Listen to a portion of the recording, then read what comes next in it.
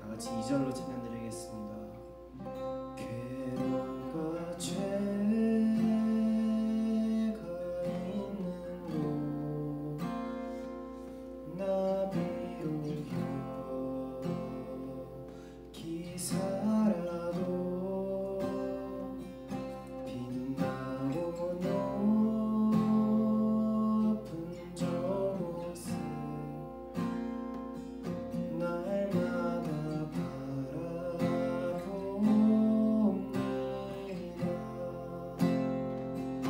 내 주여 내 맘 붙드사 그곳에 있게 하소서. 그곳은 빛과 사랑이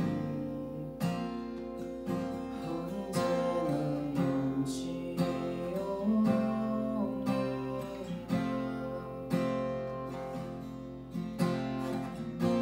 의심의 안개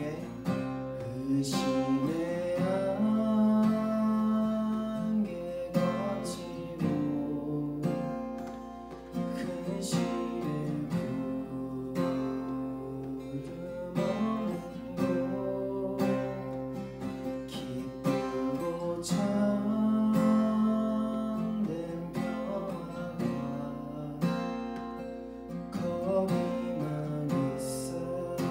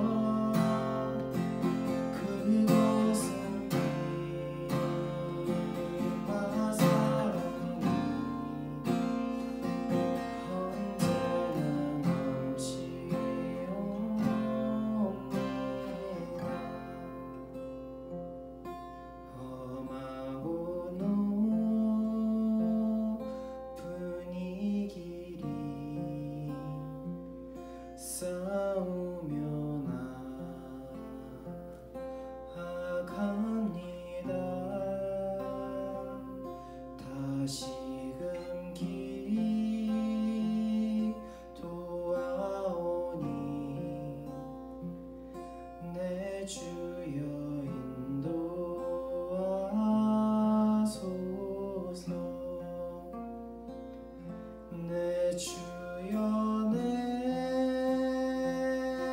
맘 붙드사 그곳에 있게 하소서. 그곳을 빛과 사랑이 언제나 넘치옵니다.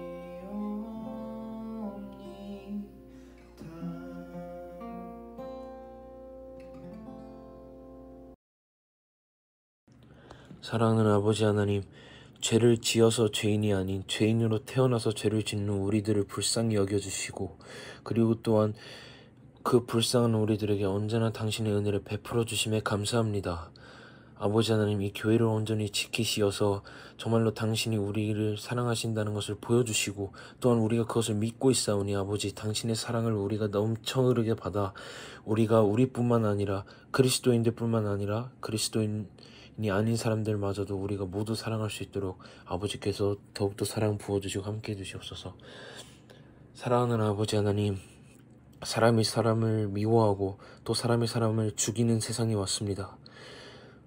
1만 달란트를 빚진 자들이 우리오니 1데나리온을 빚진 사람들을 용서하며 나아갈 수 있는 우리가 될 수 있도록 도와주시고, 그리스도인의 향기를 품으며 나아가 폭력과 잔인함과 피와 사륙이 가득한 이 세상에 아버지 하나님, 우리가 당신의 사랑과 그리고 당신의 용기와 당신의 행복 그리고 당신의 희망으로 이 세상을 채워나갈 수 있는 그런 우리 그리스도인들 될 수 있도록 도와주시옵소서.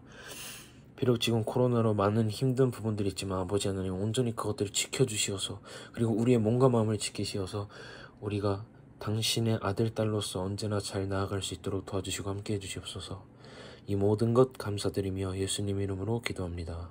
아멘. 오늘의 성경 말씀은 룻기 1장 18절에서 22절과 4장 14절에서 17절 말씀입니다.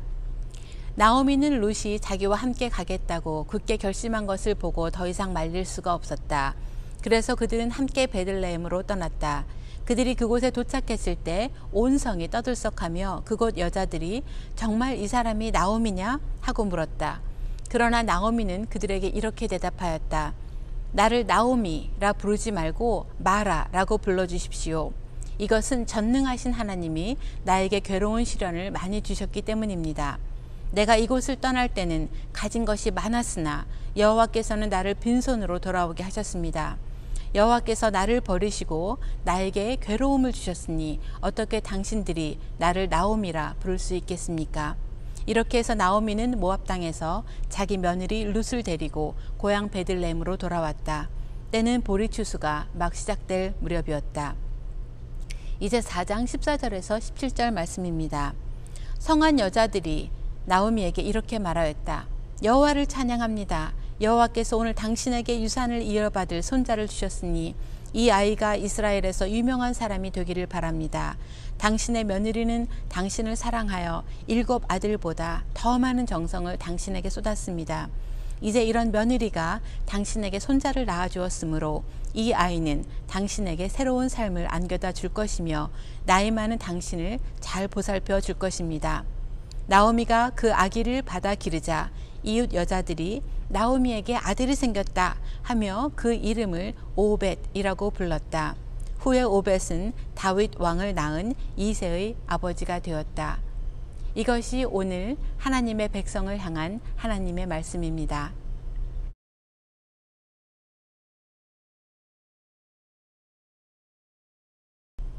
기도하겠습니다. 우리의 반석이시요 구원자이신 하나님, 우리 입술의 모든 말과 우리 마음의 묵상이 하나님께 기쁘게 받아지기를 기도합니다. 아멘. 이름은 우리가 태어날 때 받은 선물입니다. 부모님이 아이의 이름을 지을 때나 혹은 사람이 아니더라도 반려동물이나 가게, 사업체, 장소 또는 꽃이나 나무 등등 우리가 어떤 것에 이름을 붙일 때는 그 대상에 대한 사랑과 희망, 애착을 담습니다. 대상이 무엇이든 이름을 붙인다는 것은 혹은 이름을 부른다는 것은 나와 연결시키는 과정이며 돌봄의 첫 단계이고 관계 형성의 출발입니다. 창세기 2장에 보면 하나님께서는 말씀으로 세상을 창조하신 후 아담에게 살아있는 동물 하나하나를 지나가게 하시고 그 살아있는 동물 하나하나에게 아담이 이름을 붙일 수 있는 그런 축복을 주십니다. 이름을 부르는 일에는 서로의 실존에 대한 성찰이 담겨 있고 성찰을 통해 하나의 실체가 되었을 때 비로소 관계 맺음이 가능하다는 것을 말해줍니다. 몇 달 전에 저는 헤더 모리스의 책 아우슈비츠의 문신가를 읽었습니다. 이 책은 아우슈비츠의 문신가이자 홀로코스트의 생존자였던 랄레 스콜로프의 실제 삶을 배경으로 한 소설입니다.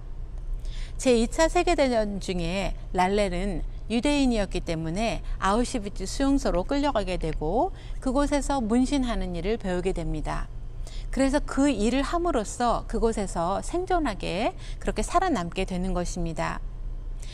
그는 일을 할 때 최대한 수용자의 눈과 마주치지 않도록 노력합니다. 그래서 최대한 고개를 숙이고 그 사람의 얼굴을 보지 않고 사람들이 가지고 온 쪽지와 그 사람의 팔만 쳐다보면서 숫자 4개를 새겨 넣습니다. 그로 인해서 그곳에서는 한 사람의 이름은 없어지고 숫자만 남게 되는 것입니다. 그런데 어느 순간 랄렐은 얼굴을 들게 되었고 한 여자의 눈과 마주치게 됩니다. 책에서는 이렇게 표현합니다. 나는 그녀의 팔에 숫자를 새겨 넣었고 그녀는 내 심장에 자신의 이름을 새겨 넣었다. 랄레와 기타의 사랑은 이렇게 시작이 됩니다. 랄레와 그의 여자친구 기타가 한 수용소에 있었지만 서로 다른 일을 하고 있었습니다. 랄레가 수용자의 번호를 문신하고 있는 반면 기타는 수용소에서 온 사람들의 물건을 정리하는 일을 합니다. 그녀는 어느 날 랄레에게 이렇게 말합니다. 자기는 이 두 수용소에 거쳐간 사람들이 얼마나 되는지 알아? 랄레는 대답하지 못합니다. 나는 날마다 이름과 나이가 적힌 카드를 봐야 해. 거기엔 아기도 있고 할아버지도 있고 할머니도 있어. 그들의 이름을 매일 본다고. 문득 랄레는 깨닫습니다. 그에겐 그들이 그저 번호에 불과했지만 그녀에게는 그 번호가 곧 이름을 의미한다는 것을. 행정동에서 일하는 그녀는 그들의 이름과 나이를 알고 있었습니다.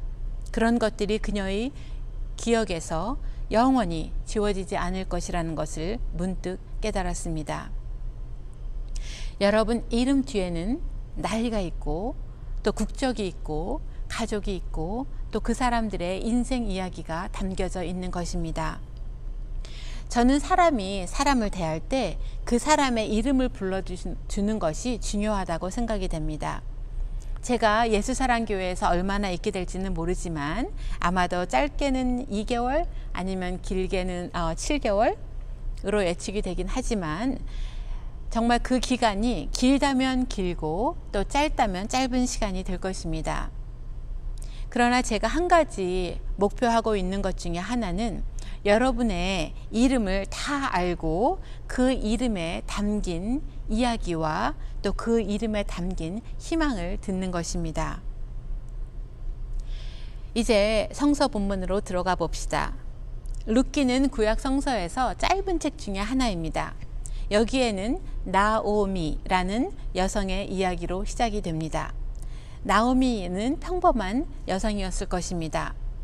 여러분, 나오미라는 이름의 뜻은 성경에서 나의 기쁨, 나의 즐거움이라고 되어 있습니다. 그래서 부모님들께서 나오미라고 부를 때 나의 기쁨 이렇게 부르는 것입니다. 여러분, 나오미 밥 먹어, 그 말은 나의 기쁨 와서 밥 먹어. 나오미 학교 가자, 나의 기쁨아 학교 가자, 이런 의미였을 것입니다. 뭐 그때 학교가 있었는지는 잘 모르겠지만 요즘 언어로 말하면 그렇다는 거죠. 그래서 여러분 오늘날도 우리가 이름을 지을 때, 아이들의 이름을 지을 때 한자를 쓸 경우에는 기쁠희 또는 뭐 기쁠이, 기쁠태, 기쁠열 그런 게 있다 그래요. 저도 한자를 잘 몰라서 좀 조사해 봤는데 많은 한자어로 기쁨을 이름에 넣거나 또는 순수 한국말 그대로 기쁨이라는 이름도 많이 있습니다. 또는 영어로 joy라는 이름도 많이 있지요. 그래서 우리가 기쁨이라고 사람을 이름을 붙일 때는 꼭 부모의 소망뿐만이 아니라 또 저는 하나님의 소망도 그 안에 들어가 있다고 생각합니다. 기쁜 인생을 살기를 바라는 소망입니다. 그래서 나오미, 다시 말하면 기쁨이 혹은 즐거움. 즐거움은 결혼하여 두 아들을 낳고 평범하게 잘 살고 있었을 것입니다. 그런데 고향 땅에 흉년이 들었습니다. 그래서 너무 배고프고 또 특히 두 아들이 있었는데 그 두 아들의 굶주린 지친 모습을 보기가 힘들었을 것입니다. 혹은 지금으로 말하면 경기가 너무 나빠져서 사업도 안 되고 직업도 구하기 어렵고 모든 것이 암울한 그런 시대에 이 부부는 나오미와 나오미의 남편이 이민을 가기로 결정을 합니다. 그래서 가진 것을 다 정리해서 정든 유다 땅 베들레헴을 떠나 이국 땅 모압으로 갔습니다. 그런데 얼마 못 가서 의지했던 같이 갔던 남편이 죽게 됩니다. 자기 땅이 아닌 먼 이국 땅에서 남편이 돌연히 죽게 되었으니 얼마나 힘들었겠습니까? 또 그러나 그것뿐이 아닙니다. 얼마 있다가 두 아들마저 죽게 됩니다. 그것이 그녀의 10년의 이민 생활이었습니다. 이렇게 해서 나오미는 원래의 가족을 잃어버리고 두 이방인 며느리들을 함께 그 며느리들과 함께 이방 땅에 덜렁 홀로 남겨졌습니다. 흉년을 피해 남편과 두 아들과 함께 간 이방 땅에서 그녀의 인생은 물질적 흉년보다 더 힘든 마음의 흉년, 영혼의 흉년에 빠져들게 됩니다. 상황이 참담해지자 일단 고향으로 돌아가자 라고 결심을 하고 며느리들에게 친정으로 돌아가기를 권유합니다. 첫째 며느리인 오르바는 그녀의 친정으로 돌아가고 둘째 며느리인 룻은 어머니와 남기를 원해 결국 나오미와 룻은 함께 고향으로 돌아옵니다. 금의 환향이 아니라 고통의 환향입니다. 여러분 금의 환향이라는 말 혹시 들어보셨어요? 제가 어릴 때 학교에서 배운 말인데 금의 환향이라는 말은 정말 금의 옷을 입고 다시 말하면 비단의 옷을 입고 요즘 말로 하면은 정말 비싼 유명 브랜드 옷을 입고 그리고 막 유명한 차 비싼 차도 타고 그리고 정말 막 바리바리 싸서 아들, 며느리, 애기, 손자 전부 크게 성공해서 고향으로 돌아가는 거죠. 그걸 금이환향이라고 합니다. 그러면 나 이렇게 성공했습니다. 여러분 와서 이것도 가져가세요. 이건 여러분의 선물입니다. 막 이러면서 정말 즐겁게 고향에 돌아갈 수 있는데 나오미는 정반대였습니다. 고통에 괴로움에 돌아가는 길이었습니다. 가져갈 것은 아무것도 없었고 남편도 없고 아들도 없고 또 첫째 며느리는 친정에 가게 되고 오직 룻이라는 이방 며느리 한 명만 함께 그렇게 고향으로 오게 됩니다. 그래서 그들이 그 고향에 그 성에 도착했을 때 여자들이 나와서 막 어떻게 해야 될지 모르는 거예요. 반갑게 맞아주기는 해야 되는데 그 모습이 너무 처량하고 너무 힘들어 보이고 정말 10년 만에 보는 얼굴인데 너무 많이 변해져 있고 그래서 이 여자들은 정말 이 사람이 나오미가 맞습니까? 정말 이 사람이 나오미냐? 이렇게 물어봅니다. 그 질문에는 고향 사람들의 충격, 고향 사람들의 아픔, 고향 사람들의 놀라움이 잘 담아져 있습니다. 잘 살아보겠다고 정든 땅을 떠났는데 이렇게 힘든 모습으로 돌아왔으니 마음이 정말 아팠을 것입니다. 여기서 더 마음을 아프게 하는 것은 나오미란 이름의 뜻입니다. 기쁨이 모두 말라버린 나오미에게 있어서 기쁨이란 이름, 즐거움이란 이름은 더 고통스럽게 다가왔을 것입니다. 얼마나 그 마음이 괴롭고 아팠으면 나오미는 20절과 21절에서 이렇게 말합니다. 나를 나오미, 즐거움, 다시 말하면 즐거움이란 뜻이지요. 나를 즐거움이라 부르지 말고 마라, 괴로움이라고 불러주십시오. 이것은 전능하신 하나님이 나에게 괴로운 시련을 많이 주셨기 때문입니다. 나오미의 슬픔과 절망이 그녀의 이름을 바꾸려고 할 뿐만 아니라 그 정체성도 바꾸려 하고 있고 또한 그 신앙의 밑받침까지 흔들리고 있습니다. 내 이름 바꿀 겁니다. 왜냐하면 하나님이 나에게 괴로움을 주셨고 하나님이 나를 치셨고 하나님이 나에게 내가 많은 것을 가지고 떠났지만 나를 빈손으로 만드셨으니 나의 이름은 이제부터 괴로움입니다. 여기에서 이웃 여성들이 막 질책하던가 그게 다 너 잘못이지 아니면은 또 그렇다고 하나님을 비방하냐, 하나님은 너를 사랑하셨지, 뭐 이렇게 야단치거나, 여러분 여러 가지 그런 방향으로 대화가 흘러갈 수 있지만 여기에서 여자들은 아무 말도 하지 않고 나오미의 말을 묵묵히 들어줍니다. 그래, 그렇게 생각할 수 있지. 마음은 정말 아프지만, 그리고 아무 말도 하지 않습니다. 정말 어떤 섣부른 위로를 하거나 아니면은 논쟁을 끌어내려고 하거나 꾸지람을 하거나 그런 거 없이 그냥 묵묵히 옆에서 들어주고 이후에 함께 살아갈 때 그런 안타까운 마음, 그 나오미를 정말 아끼는 마음, 그런 마음으로 이렇게 주변에 있으면서 공동체 역할을 해줍니다. 그래서 우리가 2장, 3장은 읽지 않았지만 그 동안에 나오미가 함께 공동체 생활을 했다는 것이 굉장히 중요한 역할을 합니다.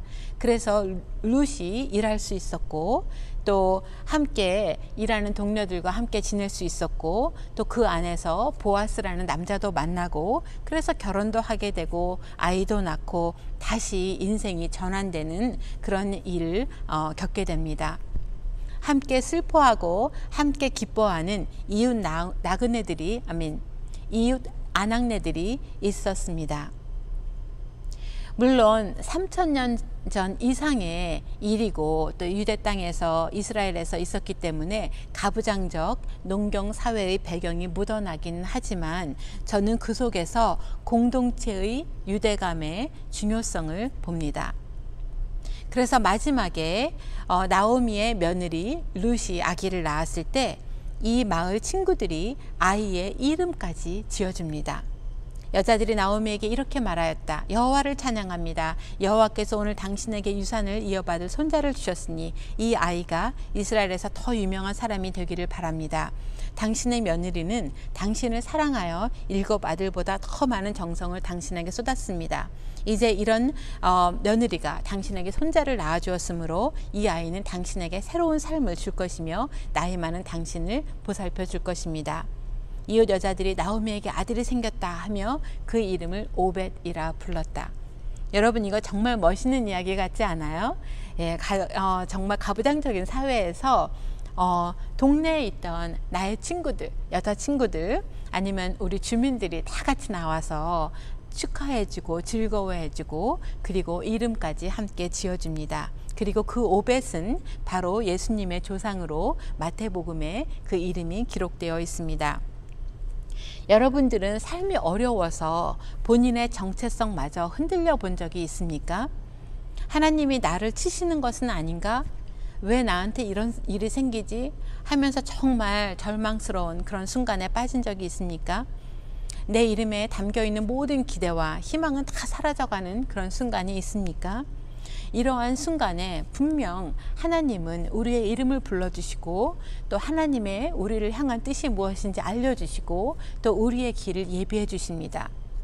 그런데 그러한 하나님의 사랑과 그런 하나님의 예비하심은 결국은 공동체를 통해서 서서히 장기적으로 진행이 됩니다. 물론 사무엘처럼 또는 여러 성경의 인물들처럼 하나님께서 직접 이름을 불러주실 때도 있습니다. 사무엘아, 사무엘아, 사무엘아 그렇게 하셨지요. 정말 그렇게 드라마틱하게 성서에서 보듯이 또 우리도 경험이 있습니다. 밤에 기도할 때나 아침에 일어났을 때나 또는 문득 정말 하나님이 우리의 이름을 불러주시는 그런 경험도 하지만 또 하나님의 사랑은 또 공동체를 통해서 표현되기도 합니다. 제가 어렸을 때 누군가가 저에게 이렇게 물어봤습니다. 은주야, 너는 함께 기뻐해 줄 친구를 얻는 것이 더 어려울 것 같아? 아니면 함께 슬퍼해 줄 친구를 얻는 것이 더 어려울 것 같아? 그래서 저는 생각했습니다. 함께 기뻐해 주는 일이 쉬울까? 아니면 함께 울어주는 일이 쉬울까? 그랬을 때 저는 기뻐하는 일이 좀 더 쉬울 것 같은데요. 우는 거는 정말 어떤 에너지가 많이 들어가는 일이고 또 그래서 기뻐하는 일이 힘들지 않을까? 그랬을 때 그 사람이 이렇게 말했습니다. 그 사람 생각은 울어주는 친구를 만나기가 쉽고 진정으로 기뻐해주는 친구가 만나기가 더 어려울 것 같다는 것이었습니다. 왜냐하면 인간적으로 너무 나쁜 일을 당하면 미안한 정말 안 됐다 이런 마음은 드러나는데 있기가 오히려 쉬운데 정말 기쁜 일이 있을 때는 그야말로 우리나라 말에 속담이듯이 사촌이 땅 사면 배 아프다는 식으로 오히려 질투하게 되고 시샘하게 되는, 그래서 좀 기뻐하는 친구가 더 어려울 것 같다 이렇게 말했습니다. 그래서 여러분, 이 나오미의 이야기에서 맨 앞에 정말 너가 나오미가 맞아? 이거는 정말 슬퍼하는, 같이 애통하는 그런 질문이었을 것입니다. 물론 그것마저도 얘 진짜 나오미 맞나? 막 얘 왜 이렇게 됐어? 물론 그런 것일 수도 있지만, 만약에 그런 사람이었다면 맨 마지막에 나오미가 다 일이 잘 해결되고 다시 기쁨으로 돌아왔을 때 같이 기뻐할 수는 없었을 것입니다. 그래서 이 공동체가 정말로 제가 생각할 때는 정말 같이 고통을 느끼고 같이 기쁨을 느꼈구나 하는 것을 느꼈습니다. 그래서 여러분, 제가 오늘 한 가지 여러분들께 부탁드리고 싶은 것은 친구의 이름을 부를 때 따뜻한 마음을 담아서 불러주자는 것입니다. 정말 이름 하나를 부르더라도 정말 따뜻한 마음을 담아서 부르고, 그리고 그 친구가 오늘 즐거운 일이 있으면 같이 즐거워해주고, 또 슬프거나 마음 아픈 일이 있으면 또 같이 고통을 겪는 그런 교우들, 그런 친구들, 그런 공동체가 되었으면 좋겠습니다. 여러분, 이름을 부를 때 그냥 만약에 은주야 이렇게 하는 거랑 은주야 하는 거랑은 너무 다르고, 정말 목소리에 자기의 정신, 자기의 마음을 담아서, 진정한 마음을 담아서 한 사람의 이름을 불러주면 그 이름이 어려운 삶을 살아가는 사람에게는 위로가 될 것이고, 또 즐거운 즐거운 순간을 그런 느끼는 사람들에게는 아마 축하가 될 것입니다. 우리 인류가 그리스도의 몸이라고 생각할 때 아프고 통증이 있는 부분에 더 마음이 가고 온 에너지가 집중하게 됩니다. 여러분, 한 몸으로서 한 부분이 아프면 정말 온몸이 다 아프고, 또 한 몸이 치유가 되면, 또 잘 해결이 되면 정말 온몸이 기쁜 것입니다. 예수사랑교회 공동체도 함께 웃고 함께 울고, 판단하거나 비판하기 전에 또는 논쟁으로 가기 전에 우선은 우리 서로의 이야기를 들어주고, 서로를 돌보고, 서로를 보호해주고 함께 느끼는 그런 공동체가 되었으면 좋겠습니다. 여러분, 그래서 정말 우리가 같이 다시 모일 수 있는, 다시 이 예배당에 함께 모일 수 있는 그런 날이 오던지, 혹은 여러분들께서 멀리 있어서 오실 수 없든지, 어땠든지 간에 이 공동체는 존재합니다. 여러분의 마음에 존재합니다. 그리고 여러분의 영혼에 존재합니다. 그래서 여러분들이 살면서 성공을 하는 순간이 오든, 또는 실패하는 순간이 오든, 즐겁든지 괴롭든지, 여러분이 웃고 있을 때든지, 여러분이 혹은 울고 있을 때든지, 이 예수사랑교회가, 이 공동체가 여러분에게는 영혼의 고향 같은 것이었으면 좋겠습니다. 아, 그래, 내가 이때 고향으로 돌아가자, 내가 우리 교회로 다시 돌아가자 해서 함께 기도하고 함께 위로받고 함께 격려받을 수 있는 그런 교회가 되기를 예수님 이름으로 축원합니다.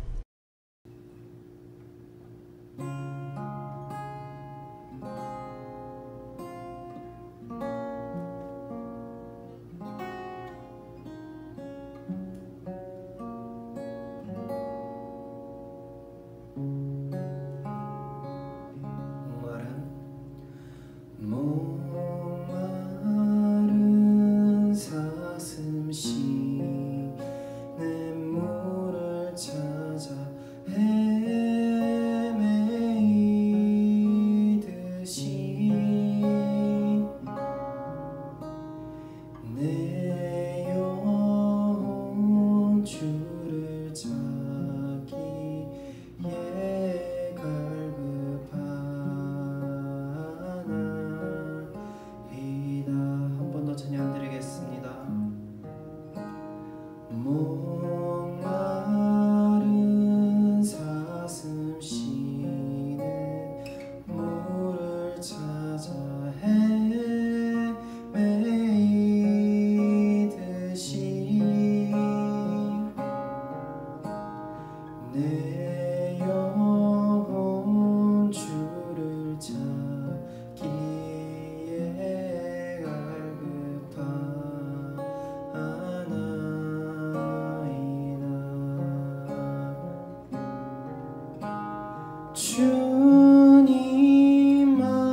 주님만이 나의 방패 나의 소망 나의 몸 정성 다 바쳐서 주님 경배합니다. 다 같이 2절로 찬양 고백드리겠습니다.